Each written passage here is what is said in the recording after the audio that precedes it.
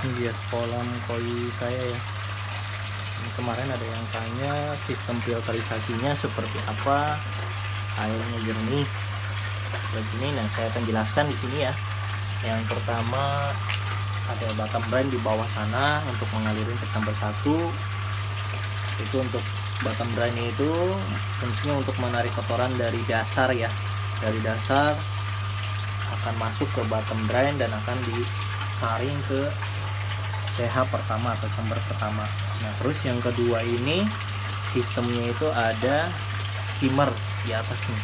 Nah, skimmer ini fungsinya untuk apa? Untuk menarik semua kotoran yang ada di atas permukaan air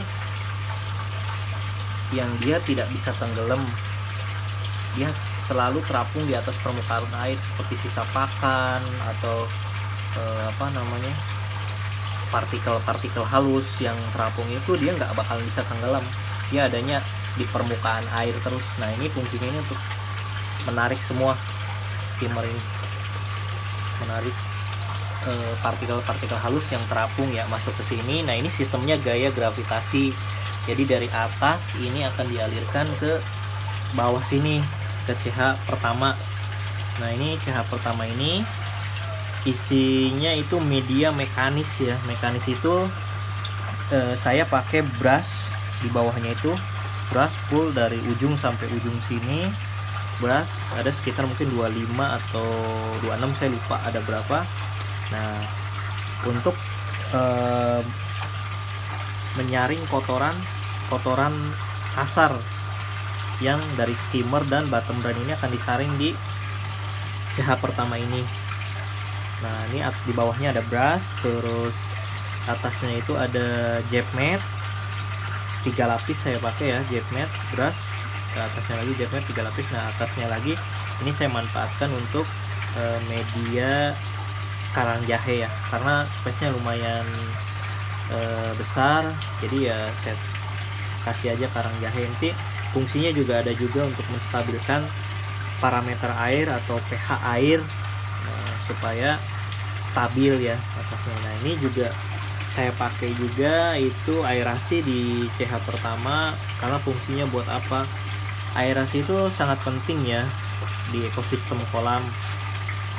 Bukan hanya untuk suplai oksigen, tapi aerasi ini juga butuh untuk bakteri nitrifikasi atau bakteri yang mengolah amoniak, nitrit dan nitrat yang menjadikan air itu sehat, bersih dan jernih ya.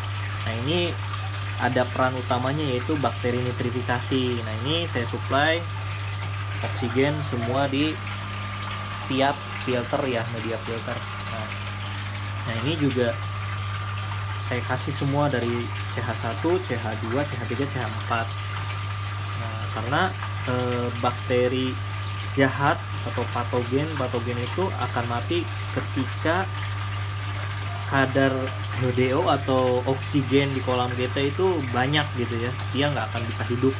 Nah, tapi kebalikannya kalau bakteri baik itu butuh oksigen yang benar-benar maksimal, makanya saya pakai. Nah, selain itu untuk suplai oksigen di sini juga untuk menghindari ya nyamuk-nyamuk yang bersarang di chamber. Biasanya tuh banyak ya saya lihat di kolam-kolam penghobi lain itu chambernya itu kotor, terus banyak nyamuk bersarang. Nah, ini kasih aerasi seperti ini aja, jadi nyamuk-nyamuk ini nggak akan mau ya, karena ada aliran air yang mengalir ya, dia nggak bakalan mau hinggap. Ini udah 1,5 tahun saya pakai, itu nggak ada nyamuk yang bersarang satupun di sini nih. Lihat, ini chamber bersih ya, nggak ada nyamuk satupun.